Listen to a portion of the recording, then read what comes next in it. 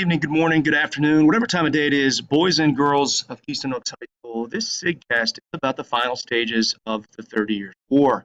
Now, this episode is brought to you in part by Signature Gardens in Export, Pennsylvania. Signature Gardens is a full-service garden center specializing in rare and unusual plant material, from annuals and perennials to trees and shrubs to bulk goods such as mulch, manure, if you want to defenestrate somebody, and topsoil that you can find what you need displayed in a peaceful outdoor setting that is sure to inspire you with ideas to take back to your home. For more information, visit signaturegardens.com. That's SIEG-gardens.com. So let's recap the first two phases of the 30 Years' War, which we've discussed over the last couple SIGcasts, and we've covered about the first 12 years. So the first two phases, it was kind of a religious war, right? It started as an internal dispute between the Catholics and Protestants in 1618, but the war eventually will end with almost all European nations at some point involved. Yes, this was a world war. The united power of Spain, Austria, Italy, all Habsburgs, and then also Poland pushed the princes of the Protestant realms on the brink of defeat. Defeat came at the hands of the Protestants of Bohemia and Denmark during the first two phases. Didn't go too well. Aid for the Protestants, however, grew as the Dutch, English, and even the Russians joined and or sent aid, as well as the Hungarians, shout out to the Hungarians, for the Catholics. Balance of power was the issue of the day. Please understand that this is a common theme throughout the entire course. The balance of power. When one dynasty or one country seems to basically tip the scale of power in their favor, the other countries will join in to make sure that that balance comes back. The only thing that saved the Protestants from the swift defeat was the entry of a surprisingly strong and centralized Sweden that will eventually prolong the conflict. Again, was this a religious war? Well, yes, sort of, kind of, at first. After initially beginning as a religious incident in Bohemia, the war grew essentially into a stalemate. What prolonged it? The Protestants received some very unexpected help in this religious conflict, as mentioned before, from France, England, Holland, Sweden, Russia, and the Dutch. And instead of aiding the Catholic side, what we're going to see in this episode, and their religious cause, France, which is Catholic, actually joined the conflict on the side of the Protestants. You see, the Habsburgs surrounding them didn't seem like a good idea. So their goal was not religious, but rather focused on gaining political power and strength by helping to defeat the Spanish Habsburgs and the Holy Roman Empire and its main competitors. So, after Christian IV and Denmark's defeat at the hands of Wallenstein, Spain and Ferdinand, the Catholics, Jesuits, swarmed into Germany. The Peace of Augsburg was essentially ignored. It appeared that the Reformation might actually be undone. It looked like it might have been over, and the Catholics would restore religious unity to Europe once again. It didn't happen. Religiously, politically, and economically, this was unacceptable to many. The Habsburgs had to be stopped. Interestingly enough, there was dissension in the ranks. Some within Ferdinand II's court did not trust Wallenstein. Why? They believed that he might seek out to join forces with German princes and then thus gain influence over the emperor himself. Ferdinand II will eventually dismiss Wallenstein in 1630. Now, this was probably not a good idea because it was in fact Wallenstein that was the muscle behind Ferdinand's success. But nonetheless, many in Ferdinand's court were worried that Wallenstein's army, which was answerable only to him, was a threat to their future power. Now begins the entrance of one Gustavus Adolphus of Sweden. He was busy fighting Poland at the time. However, he was summoned by Cardinal Richelieu, who actually lures Adolphus into taking up the Protestant cause. Cardinal Richelieu convinced very Lutheran Gustavus Adolphus to do his dirty work for him. How did he do it? He sent money and financed the war efforts. And that was really all Gustavus Adolphus needed as incentive.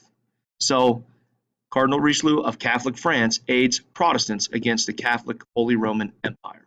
Only in Europe, boys and girls, only in Europe. Politics first. Who would have thought someone would do something like this and play politics? But nonetheless, history is always pretty consistent. This is a twisted version of Richelieu playing politique diplomatically with foreign policy, but not domestically. Again, he was not in love with Protestantism, as we know he was battling the Huguenots back in his home of France. So in reality, Richelieu got others to fight his wars for him, while he continued to strengthen France after their civil wars, again at the expense of the Huguenots.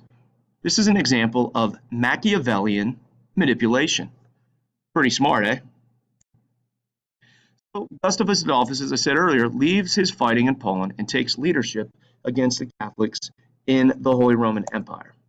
Now, it should be noted that the Lutheran king was extremely popular with his men and is known to have marched into battle singing Lutheran hymns like "A Mighty Fortress is Our God." A mighty fortress is our God, a bulwark never failing, a helper. If that doesn't get you fired up, I'm not real sure what will. Tyler, pregame song. Tell CJ. From 1630 to 34, the Swedish-led armies drove the Catholic forces back. They were having a lot of success, and they regained a lot of the lost Protestant territory. During his campaign, he managed to conquer half of the imperial Holy Roman Empire. He turned the table on the Catholics, and Ferdinand was forced to recall his boy, Wallenstein. Gustavus Adolphus is remembered as a brilliant, courageous leader, and he, at the time, had organized the most modern army in history.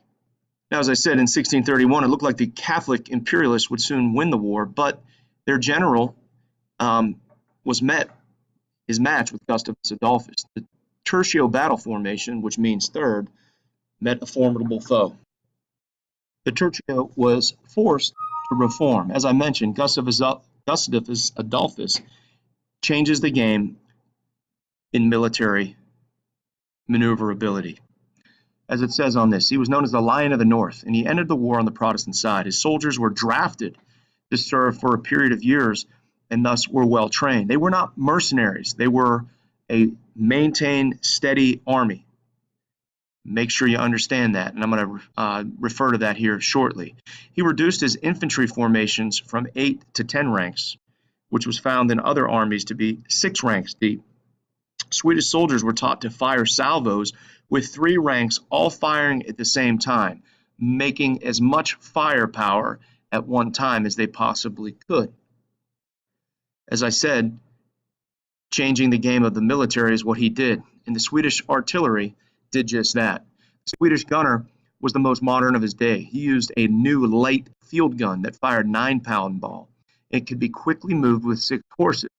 So initially in the 30 Years' War, once cannons were set, that was it. But these ones were much lighter, and if you look here, they actually resemble like a Revolutionary War, Civil War cannon.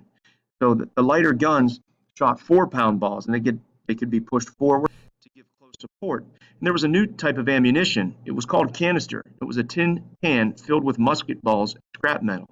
This will be used all the way up through the 19th and into the early 20th century.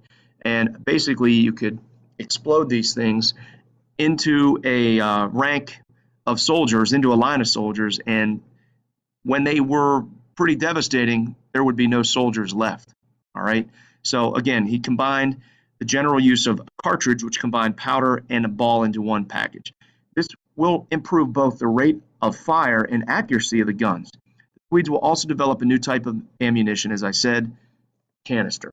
So again, allowing them to put musket balls, scrap metal, whatever, which scattered lethal projectiles over a wide area. Very, very, very, very detrimental. Cavalry is going to be implemented and more make or break armies during the military revolution. And after that time, the standard cavalryman wore a steel breast and a backplate over a leather buff coat. He also wore an open-faced helmet and armor on his left hand and forearm. His weapons were 2 pistols carried in saddle holsters and a shortened musket called a carbine that was attached to a shoulder belt, and a long, straight sword. More and more, it was cavalry that would start to depend, or to decide, I should say, battles.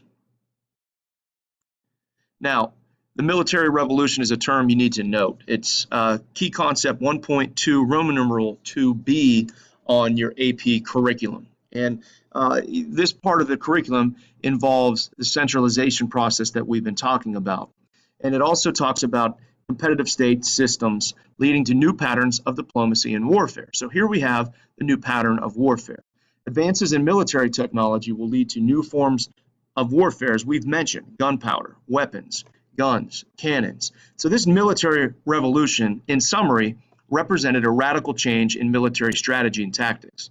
These reforms will lead to new forms of warfare, including a greater reliance on infantry and cavalry, firearms or musketeers, and eventually mobile cannon, as I just indicated. It also saw the traditional pikemen and bowmen out of date. It also saw a trend of shifting from mercenaries to conscripted soldiers. Training began to be crucial, and countries decided it best to hire permanent standing armies rather than mercenaries. It also fostered a new era of sieges and elaborate fortifications. Needless to say, the cost of all this change was huge. To pay for or finance these innovations, the newly centralized governments needed heavier taxation and thus required a larger bureaucracy. These new innovations in technology, tactics, and strategies tipped the balance of power towards states able to marshal sufficient resources for this new military environment. Examples of this were Spain, Sweden, and eventually France. They're going to be the leaders through the 1600s and even into the 1700s. So again, how does this fit in with the big picture of the centralized states? Only the centralized states could efficiently meet these demands of the military revolution. So under his leadership, as we know, Sweden won victory after victory, but unfortunately Adolphus was killed at the Battle of Lutzen. The Swedes won the battle against Wallenstein, but guess what? They lost Gustavus. That's not a good thing. After Gustavus Adolphus's death, the Swedish phase weakened. The Swedish contributions dwindled. So it looks like Spain's going to win, right? It looks like the Holy Roman Empire is going to win. Ferdinand's going to win. However, Wallenstein refused to fight the Swedes any further and destroy them because he was actually furious about all of the Spanish infiltrators who came into Germany, the Jesuits, the troops, and he didn't approve of these. He actually starts to enter into secret talks with the Protestants. And Ferdinand becomes very suspicious of Wallenstein once again. He attempted to arbitrate the differences between the Catholic and Protestant sides. Wallenstein starts to try to be mediator, and then Ferdinand becomes very, very afraid that Wallenstein might, in fact, switch sides. So he arranges for his arrest after removing him from command. However, in the end, this is live action footage, as you can see, he's assassinated by one of his own men. One of his officers busts him contacting the Swedes, and he's very, very upset. And after that, the two sides start meeting for negotiations. They actually started to talk about the delay of enforcing the Edict of Restitution for 40 years and allowing Protestant rulers to retain secularized positions held by them in 1627. Well, this treaty failed to satisfy France, however, and because of the renewed strength it granted the Habsburgs, France enters the conflict with Sweden declining, beginning the final period of the 30 Years' War. This final phase will be known as, quite simply, the French phase, and that's going to be in part 2 of 30 Years' War, phase 3 and 4. Till next time.